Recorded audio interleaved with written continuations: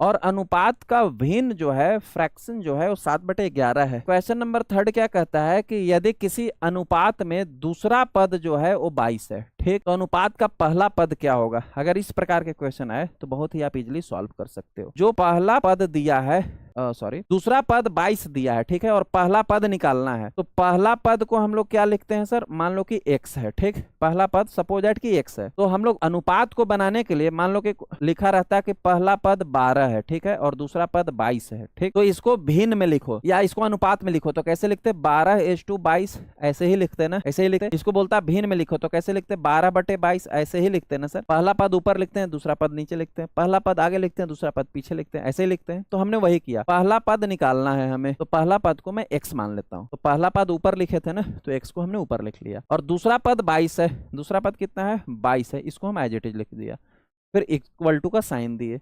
भिन्न जो क्या है उसको लिख लो, क्या है सर, 7/11 है, ठीक। अब इसको क्रॉस मल्टीप्लाई कर दो, इससे इससे और इससे इससे, कितना होगा, x × 11 is equal to 22 × 7। x is equal to हो जाएगा 22 × 7।